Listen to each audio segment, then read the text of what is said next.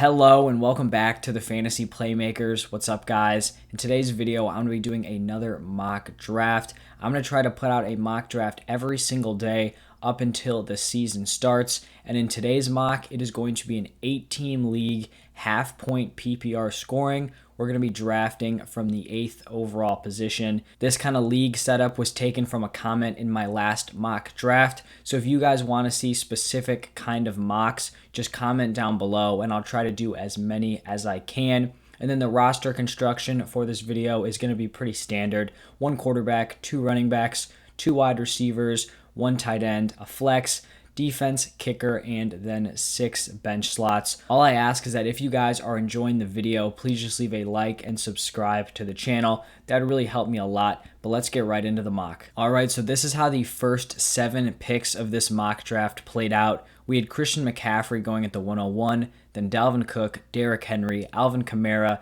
Zeke, Saquon, and Jonathan Taylor. So we saw 7 straight running backs come off the board, and that leads us into our pick here at the 108. And since we are picking at the turn, we're actually going to have back-to-back picks here. And so I think I have one guy locked in my mind. It's got to be Aaron Jones. He is the top running back that I have in my rankings that is still on the board. And I've got to get at least one workhorse running back with these first 2 picks. So I'm just going to lock that one in right away. I'm expecting big things out of Aaron Jones this year. I think he's going to repeat as a mid to high-end RB1, and he's a guy that I have taken in a lot of these mock drafts.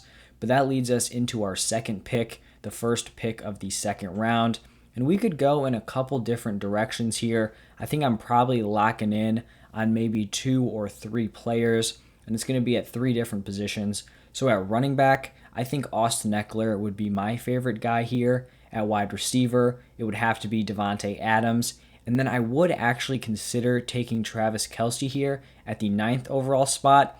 And I would not take Kelce this early in a 10 or 12 team league or anything even bigger than that. But since this is an 8-team league, you're going to have a lot more depth, which does give you the opportunity to kind of take a swing to get a lot of high upside players at each position, because you are going to be able to draft still that depth at running back and wide receiver. But I do think I'm just going to be leaning towards Davante Adams here. I think I'm going to get, a mid-tier RB1 with Aaron Jones and then secure the top fantasy football wide receiver. He just provides such a positional advantage, even from, the rest of the field. Tyreek Hill and Stephon Diggs are great fantasy wide receivers, but I still think that Davante Adams, if he puts together a solid season, has the chance to average 2 or 3 more points than those guys. So I'm just going to lock it up with this Green Bay Packers duo here for my first 2 picks. So obviously a ton of guys came off the board here in between our first pick of the second round and then where we're selecting now at the 308.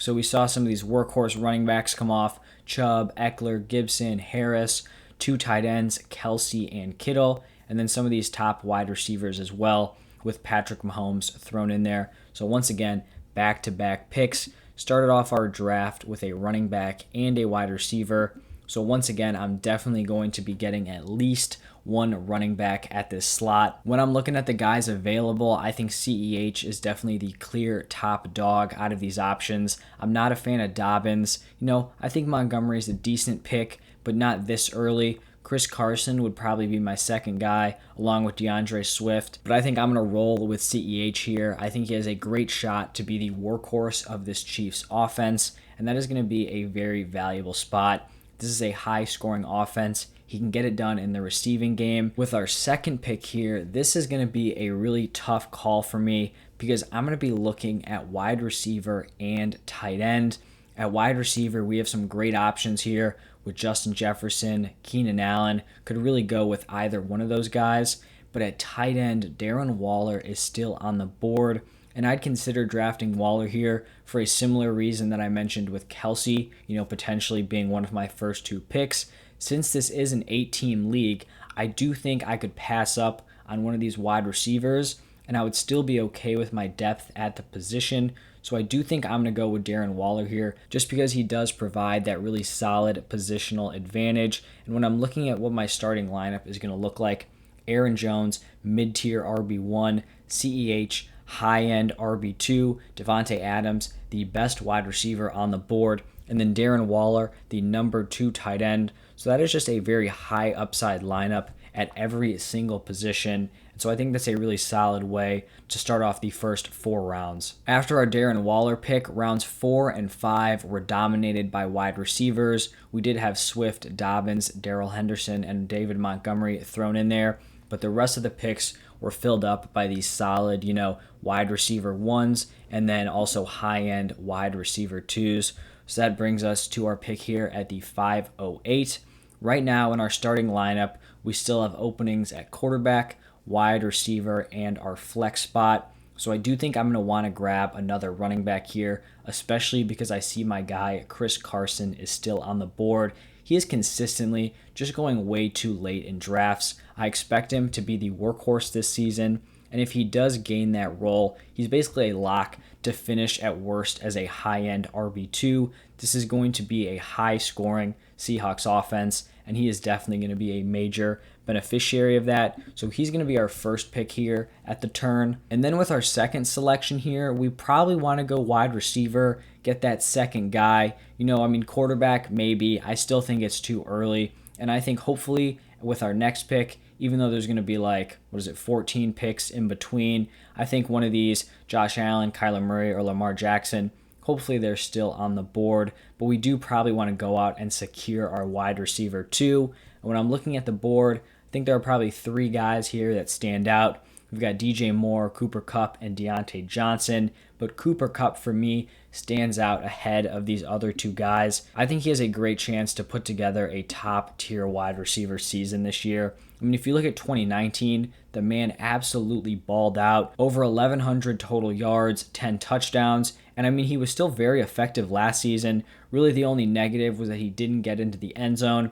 I don't think that's going to be a problem this year. Now that you have Matthew Stafford coming in, I think his ceiling is going to be higher than what we've even seen, so far in his career. So I feel really solid with him here as a wide receiver 2. Wow, so in round 6 and 7, everyone just started spam drafting quarterbacks. It looks like, a few people made that pick and everyone kind of just panics and drafts their guy.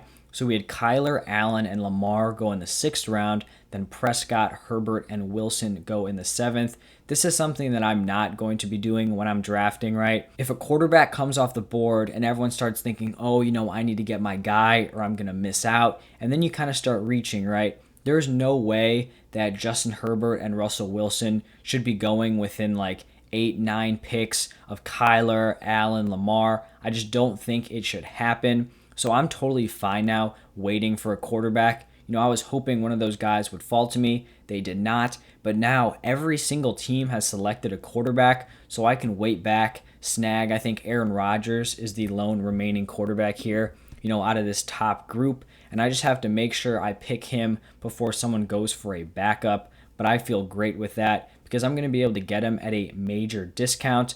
So we can look elsewhere. And elsewhere is going to be the running back and wide receiver positions. And there's a guy at each position that I'm kind of looking at as a favorite for these 2 picks.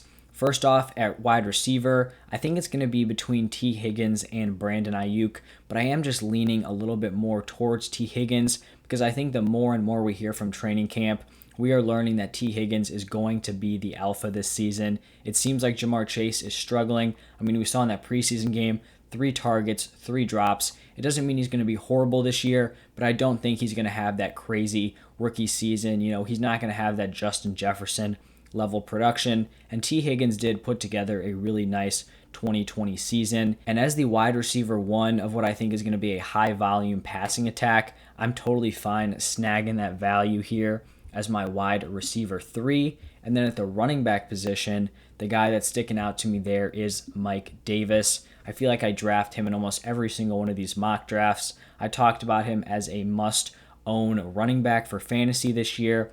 I just think he's going to be getting those workhorse touches. The Falcons just don't have any other options in that running back room, and so I think he's going to have a big season, and you're going to be able to draft him at a discount. So as my RB4, he's the second guy on my bench. Sign me up for that value all day. After we picked Mike Davis, the 8th round was pretty split between running backs and wide receivers, and then the 9th round was completely dominated by wideouts.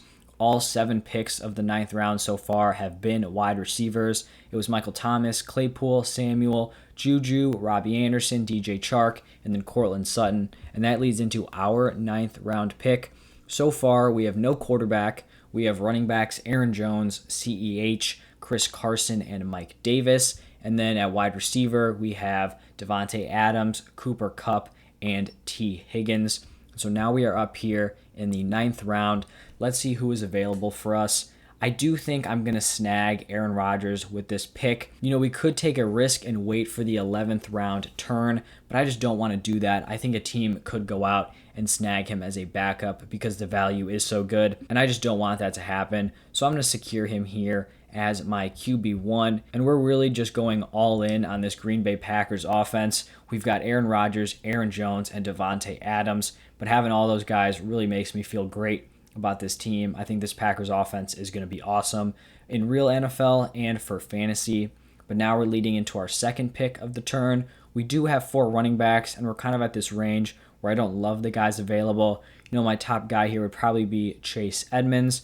But since we do have less wide receivers, and I would say they're kind of weaker probably than our running backs, I'm going to lock in here at wide receiver. And the top guys in the Fantasy Pros rankings, we have Jerry Jeudy, Tyler Boyd, Brandon Cooks, Will Fuller, Devonta Smith, Antonio Brown.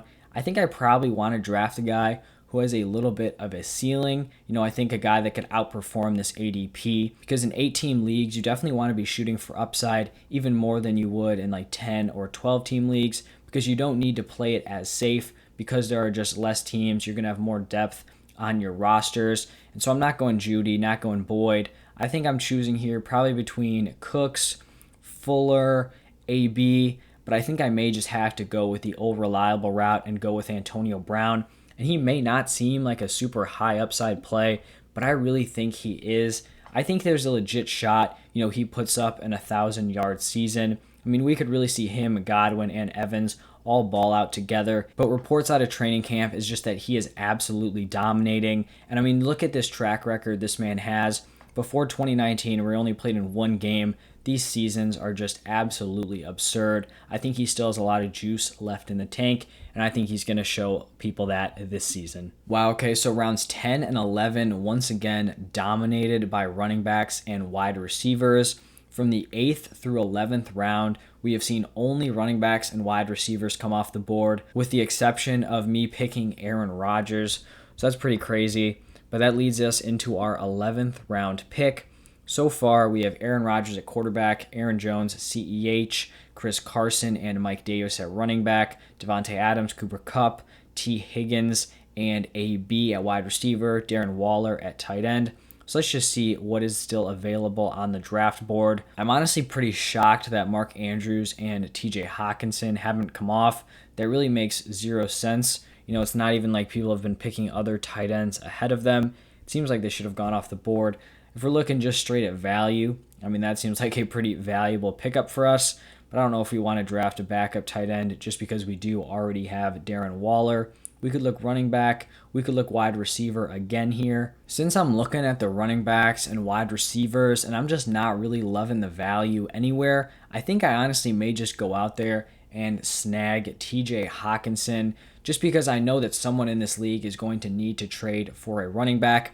Worst case scenario, he sits on my bench and he's a guy that I can plug in if Darren Waller gets injured. So I just think this is more of picking a trade asset, but I think it could be very valuable, especially in an 8-team league. You're probably going to want one of these top tight ends, so it's definitely going to be a hot trade commodity. We have another pick here, and let's see where we want to go. I think we can probably wait on wide receiver just because I don't really love the guys at the top of these rankings. Mike Williams, Michael Gallup, Corey Davis, Marvin Jones Jr. is decent, but I do think this running back group is going to fall off. And right now I could go out and draft Damian Harris, who does have a shot to lead a backfield. A lot of these other guys, I think they're going to be in committees. So I'm just going to pull the trigger on Damian Harris here. Super solid RB5. You know, maybe he doesn't have that crazy high upside, but I just think he's a very consistent guy. And I already have, 4 other high upside running backs. So that's totally fine depth piece for me. All right, so in the 12th round, we finally saw some of these tight ends start to come off the board. Mark Andrews, Logan Thomas, Tyler Higbee, Noah Fant. I mean, let's be real. There's no shot that Mark Andrews is going to fall this far. But I guess Fantasy Pros, something probably messed up in the system. But then we also had these running backs come off: Melvin Gordon, Zach Moss, playoff Lenny, Jamal Williams, David Johnson, Trey Sermon. We had the Rams defense come off the board as the first defense. And then we also saw some quarterbacks: Brady, Stafford, Hurts. All those guys were drafted as backups. And that leads us into our pick here. This is going to be our last bench slot. And we probably want to spend it on a wide receiver just because we only have 4 guys on the roster. We have 5 running backs. We use that other, pick on a second tight end. So even though Ryan Tannehill seems like he would have some value here, I do think we want to get at least our 5th wide receiver. And this is kind of where we're in our late round wide receiver range. This is where I can take my shots on some of my favorite players. So looking at the guys available, I think Russell Gage is a really solid pick. I picked him in yesterday's mock draft, but I honestly think I may just go back to the well again here, unless I kind of see like a handcuff wide receiver. Don't really see one for Devontae Adams. Cooper Kupp, not really. T. Higgins, Tyler Boyd and Jamar Chase are long gone. And then AB, Mike Evans, Chris Godwin, already off the board. So yeah, I think Russell Gage is going to be the pick here. He's going to slot in as the wide receiver 2 with the Falcons. He already put together a really solid season last year, operating as the wide receiver 3. Still a young guy, and so hopefully he can take that jump and really put up some fantasy relevant numbers this year. And now with our second pick of the turn, we're either choosing a defense or a kicker. I like to stream defenses, so this is going to be a pick at the kicker position. And let's just go with the number 1 guy, Justin Tucker. Just a very consistent option. I'm not going to do a full-on breakdown of a kicker, but I mean, you look at his finishes, very consistent, always towards the top. So he's going to be the guy here. And then we're going to have the very last pick of the draft where we go out and get a defense. So as expected, the 14th and 15th rounds were just filled with defenses and kickers coming off the board. A lot of teams actually went defense first. I prefer going kicker because I do stream defenses, so it really doesn't matter what defense I'm drafting. Let's just go with the top team, San Francisco 49ers. Once we get closer to the season, I'll see what team has a favorable first week matchup, because that's all I'm really focused on. If it's a good defense, but they play a great offense week 1, what's the point? So let's just lock this up as our last pick of this draft. So this is our final roster. Don't pay attention to the grade. Just kind of grade you on how well you follow their ADP. So breaking down our team, we have Aaron Rodgers at quarterback, a very solid mid-tier QB1. I really like our running backs. Started off with a mid-tier RB1, a high-end RB2 with Aaron Jones and then CEH. Chris Carson, I think, is a high-end RB2. And then we have Mike Davis on the bench and then Damian Harris on the bench as well. So I really like that positional depth.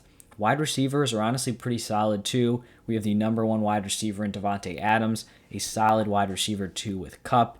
We've got T. Higgins, AB, Russell Gage has some depth. Tight end position, absolutely stacked with Darren Waller and TJ Hawkinson. That is the number 2 and number 4 tight end in my rankings. Hawkinson obviously is more of a trade bait guy, but it works. And then defense, 49ers, kicker, Justin Tucker. I really like how this draft turned out. It's always fun, doing 8-team leagues just because your team ends up being super stacked. So this was fun. Once again, let me know down in the comment section what types of drafts you guys want to see. Since I'm doing one every day, I'm going to have a lot of different opportunities to do different team numbers, different scoring settings, all that stuff, roster construction. If you enjoyed the video, please leave a like and subscribe to the channel. But that's all I have for you guys today. Thank you for tuning in, and I'll see you guys tomorrow.